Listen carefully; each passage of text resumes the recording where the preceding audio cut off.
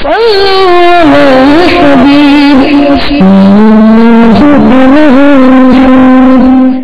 take note that the programs and other transmissions aired on Madani channel may contain clips of various occasions and audible editing.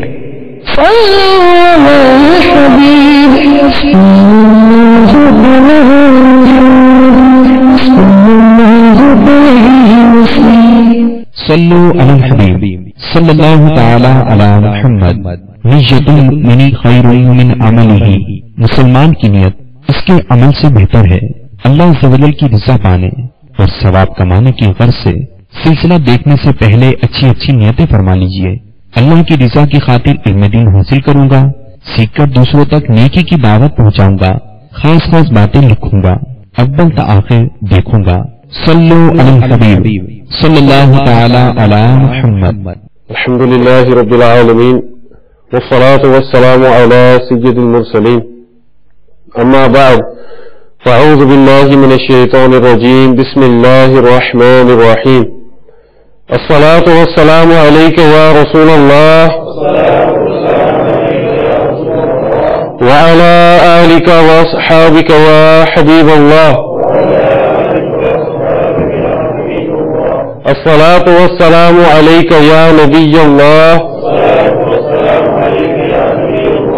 व अला आलिका व अस्हाबिका या नूरल्लाह।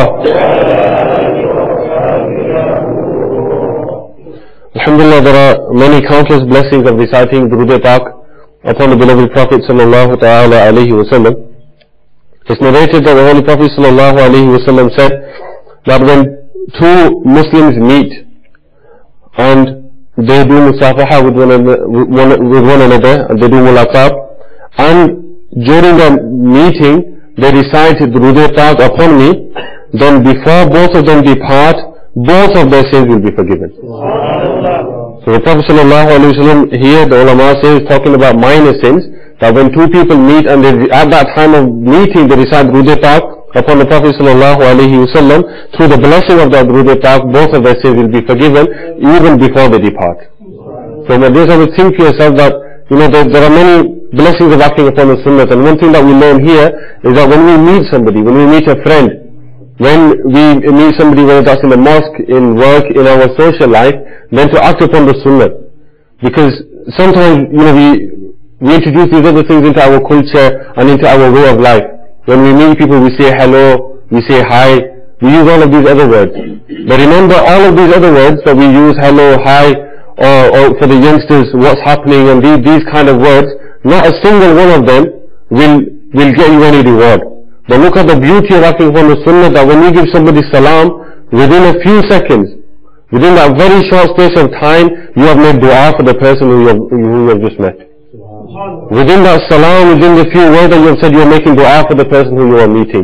This is the beauty of Islam, this is the beauty of acting upon the sunnah of the Prophet sallallahu alaihi wasallam. And like we just learned, next time we meet somebody, when you meet that person, when you hug him, before you're about to recite Durood Pak, and inshallah, with the blessing of that Durood Pak, our minor sins will be forgiven as well. Inshallah, in order to bless our gathering, let's all of us together recite Durood Pak. Sallu ala al-Habib sallallahu ta'ala ala Muhammad sallallahu ta'ala alayhi wa sallam. Now this time, if you look at history, and if you look at all of the people who are remembered today, from years and years ago, from centuries ago, all of them will be remembered for a certain thing that they did in their life, for a certain quality that they possessed. Some people will be remembered because they were very intelligent, very, very intelligent, and they achieved so many things, wrote so many books. Some people will be remembered because they made a certain discovery. Other people will be remembered because they had a lot of influence at that time. People looked up to them. Other people will be remembered because they had a very good character and people thought this person is amazing. People, when they came, and if they are remembered today, they remembered for these qualities. And essentially all of these great people who are remembered today, they remembered for one or two qualities, one or two attributes. But the fact is, my dear son and brothers, if you look at the life of the Holy Prophet sallallahu alaihi wasallam, all of these qualities that are distributed amongst all of these other people, if you were to put all of those qualities together, all of them attributes together, still there would be less. The attributes and the qualities of the Prophet ﷺ are still even more.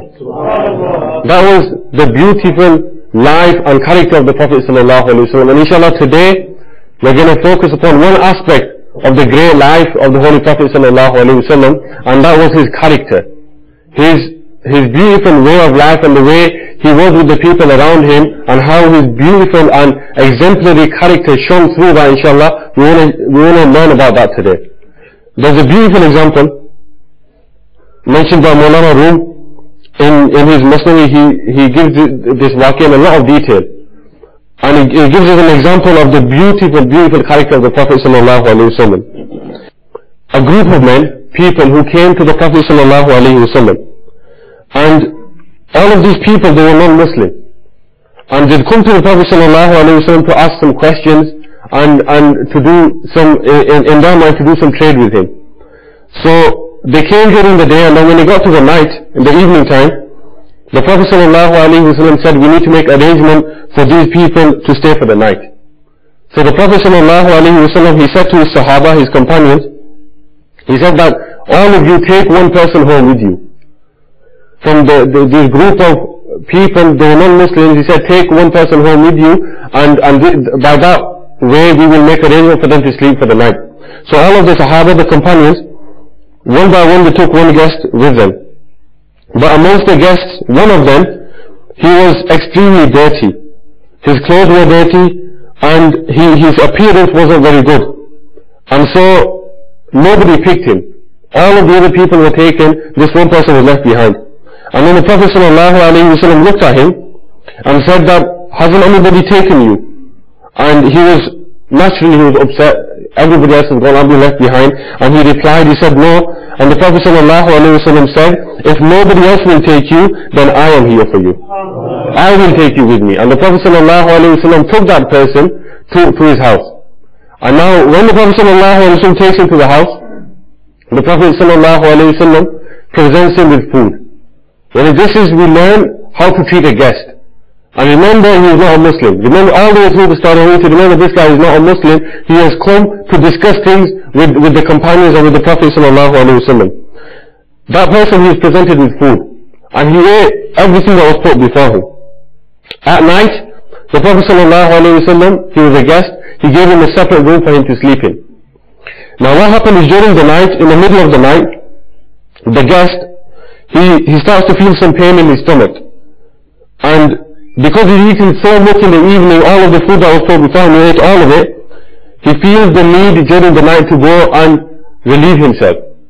You need to go to the toilet in order to relieve himself because he's feeling stomach pain. Now, as he goes to the door of the room, the door is locked. Now, he goes to the door is locked, so he goes back to his bed. And he's still feeling this pain in his stomach. He goes back to his bed and he drifts into a sleep. Now in his sleep he sees a dream. And in that dream he's in like a very secluded place, like a jungle. It's very secluded, there's nobody else there. And in his mind he thinks to himself, in his dream, that I found a place where I can relieve myself. And so he does that in his dream. And then what happens is that the dream and reality, they become confused. And what happens, in reality what happens is this person, he relieves himself in his bed. The Prophet ﷺ lets him out of the room, and as soon as he sees the door opening, he runs and he goes out, because he's ashamed. He can't face the fact of facing somebody because of what he's done. And then what happens?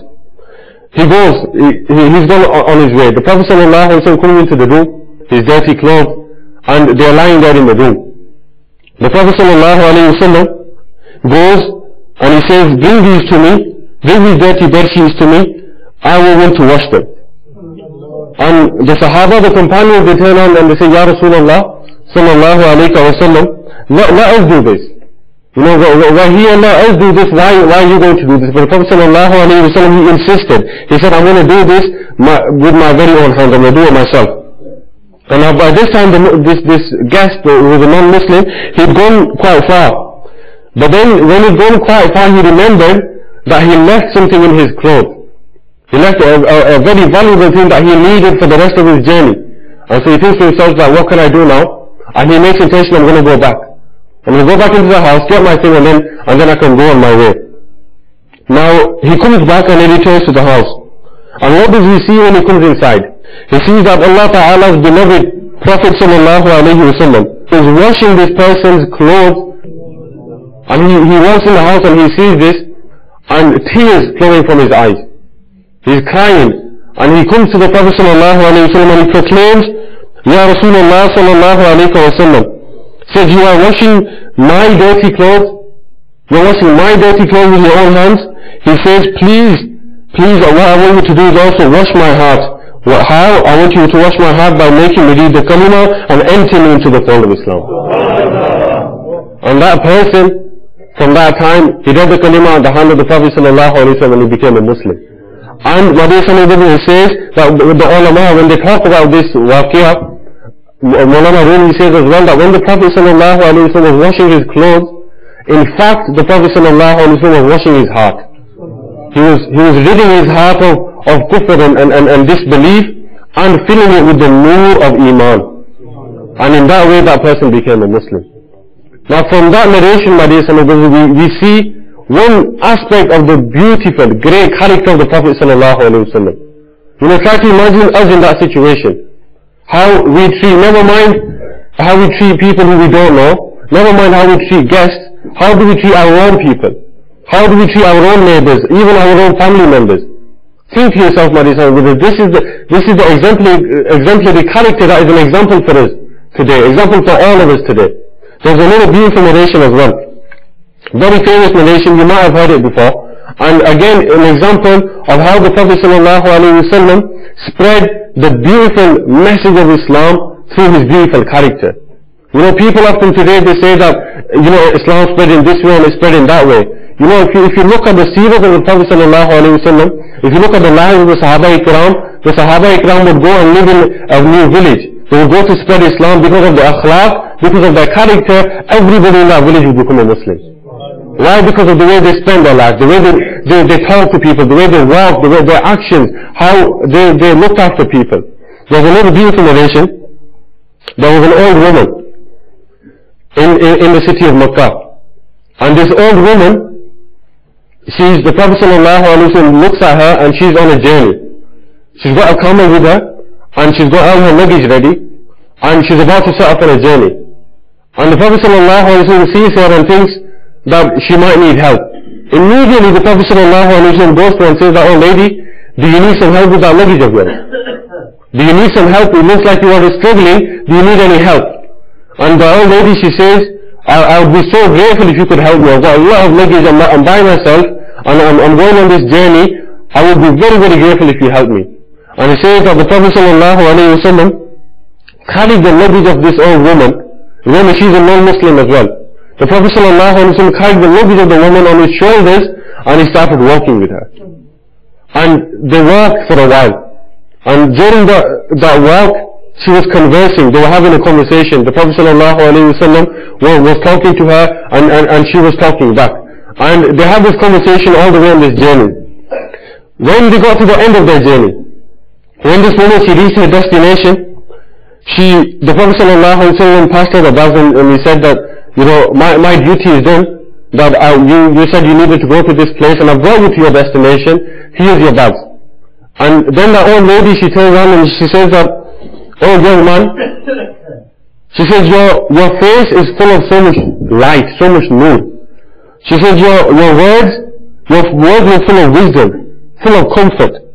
And she says from your words you bring softness into my heart. She says you are one of the best people I've met in my life. I remember how long she met, and this is just for the duration of the journey, when the Prophet ﷺ has carried her luggage. She says, you're one of the best people I've ever met in my life. She says, I thank you very much for your company.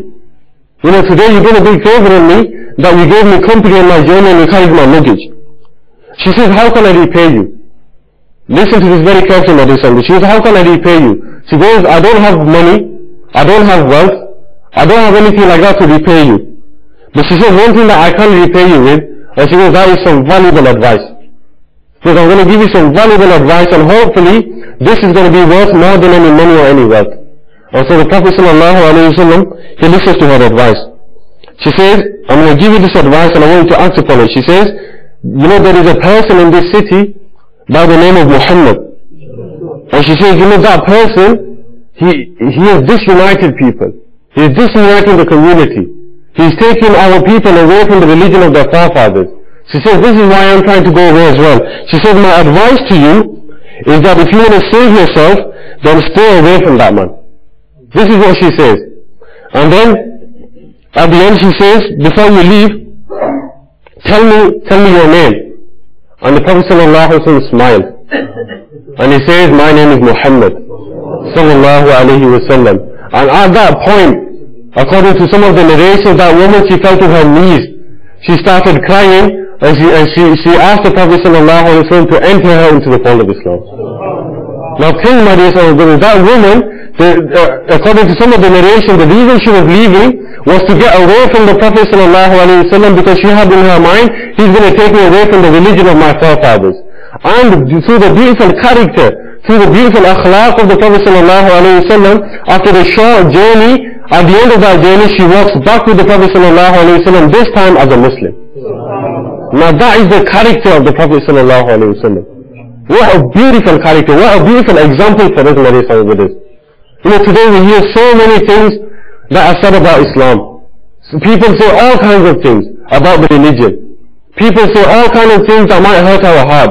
Now at times like that, we need to remember waqiyas like this and look at the beautiful exemplary character of the Prophet ﷺ. Especially for us who live in a Western society. We live amongst non-Muslims. We live amongst people who might not have the right perception of Islam. How are we going to change that perception? We can't change that perception by saying to them, oh, this is all conspiracy theories. They're not going to listen to you when you say that. How do you change their perception? When you act upon this sunnah and you show them good character. You show them what it means to be a Muslim. You show them what a heart of a Muslim is. You show them that if you see an old lady walking down the street with her shopping with her bags, then a Muslim, the sunnah of the Prophet ﷺ says we stop and we help her to her destination. How many of us are doing that today? If you look at the seerah of the Prophet ﷺ, so many examples. He especially looked for the poor and the needy people. You know, those people who we look down upon. You know, we think to ourselves that guy, you know, he's not got no money, he's got no awqaf, he's got no status in society. Why am I wasting my time talking to him? Those are the very same people, the poor, the mistreated people, the people who are discriminated against. Those are the very same people that the Prophet ﷺ used to go and find them and help them. You see, it's narrated that in one place that the Prophet ﷺ said to his companions that tell me about those people who are in a time of need, and because they are in so much difficulty they can't get to me. He says, tell me about them, I will go to them to help them with their problem. And people used to come from far and wide. You know, you say, Ya Rasulullah, we have this problem. You know, we have this problem. We have no rain, we have this, we have that, we have disputes, and all these kinds of problems. And the Prophet ﷺ, he used to never turn anybody back. The Prophet ﷺ never turned anybody away from his court. What does Allah Hazrat say? Nahi sulta hi nahi, mangane wala tera. That is the akhlaq of the Prophet ﷺ.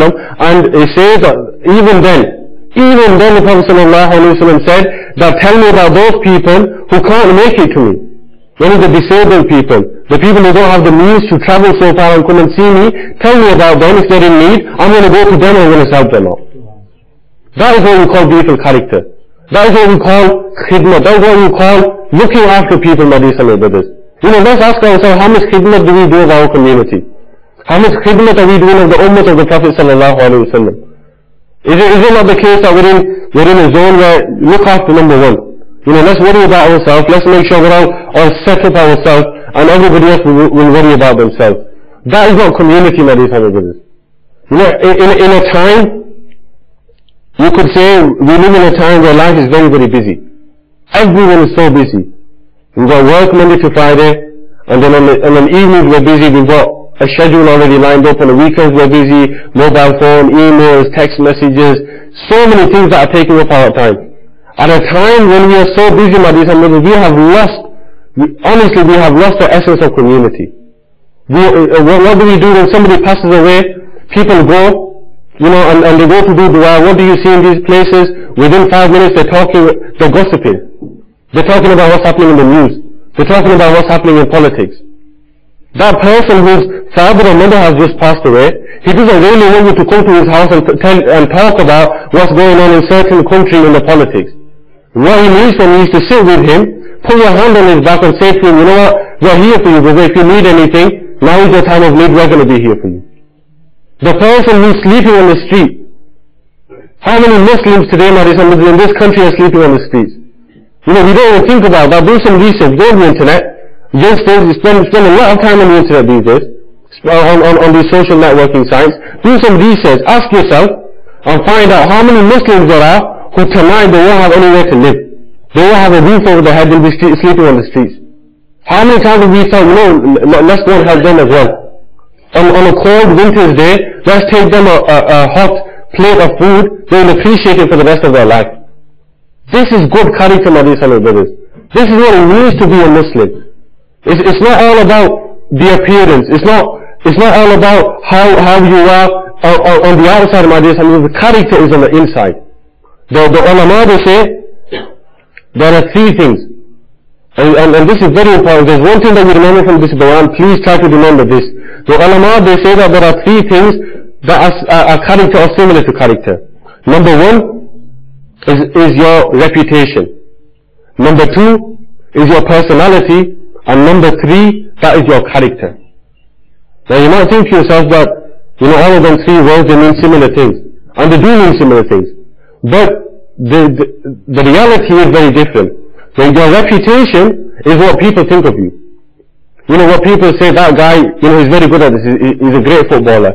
That guy, he's a rubbish mechanic, he always messes up when you go to him. That guy is not a very good lawyer. You know, this is your reputation amongst the community, amongst people that know you, that is the image that they have of you, that is reputation.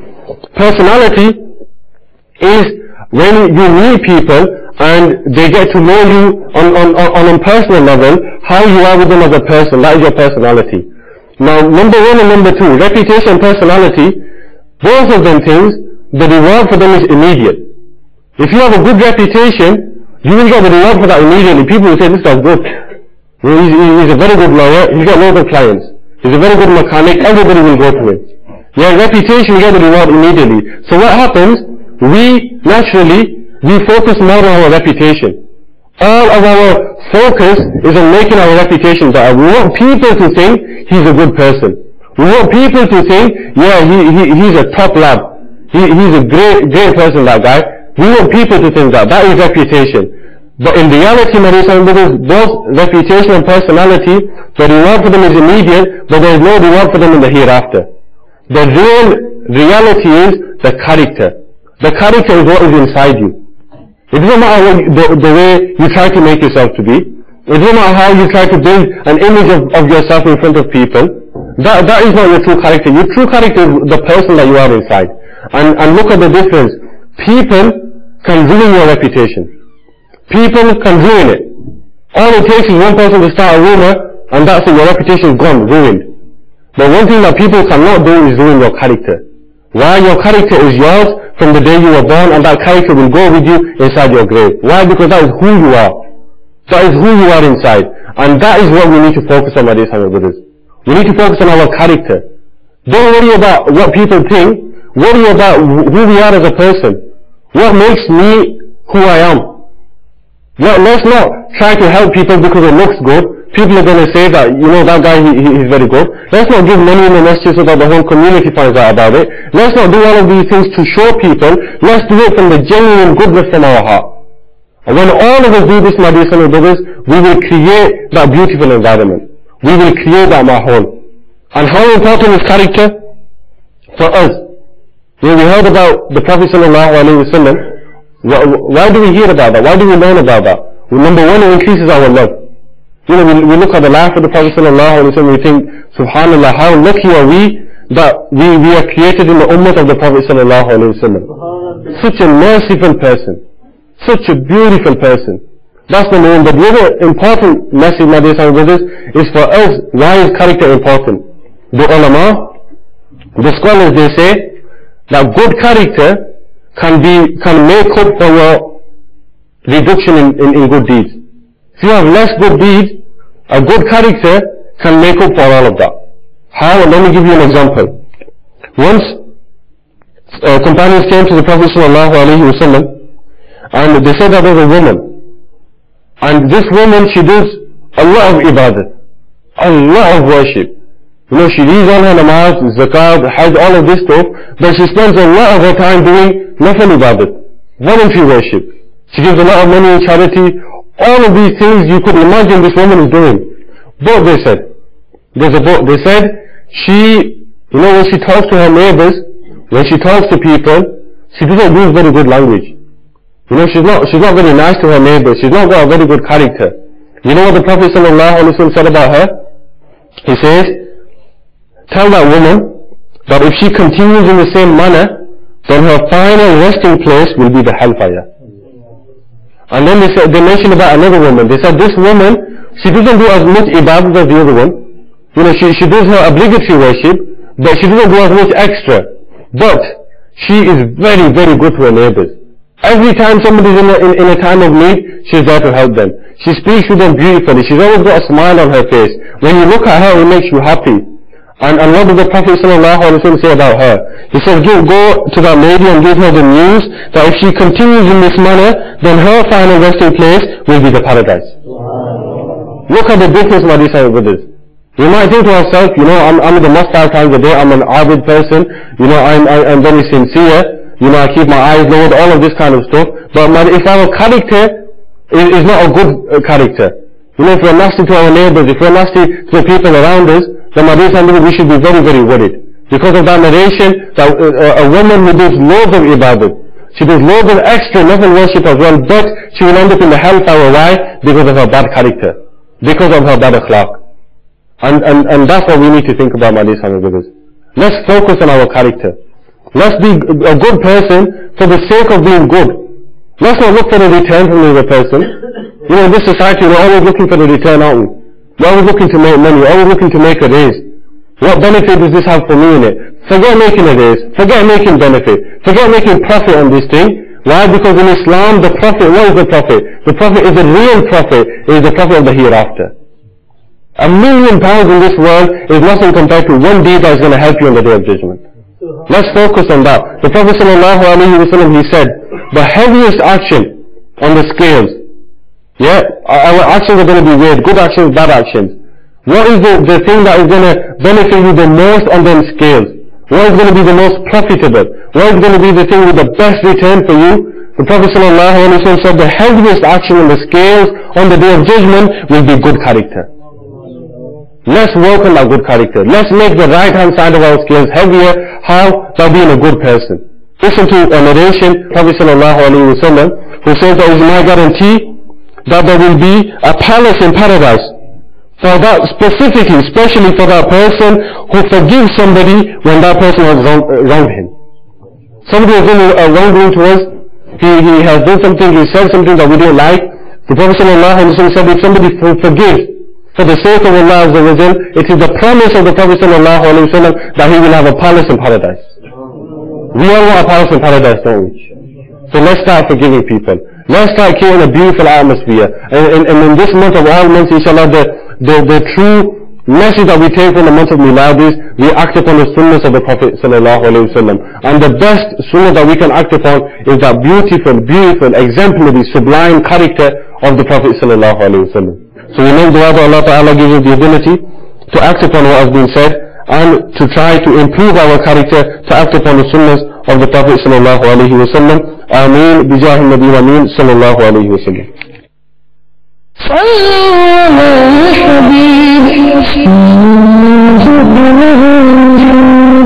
Please send us your views and ideas regarding the program which you have just viewed to the following email address: feedback@madanichannel.tv, or text to the following numbers: 030126127176 and 0312492139.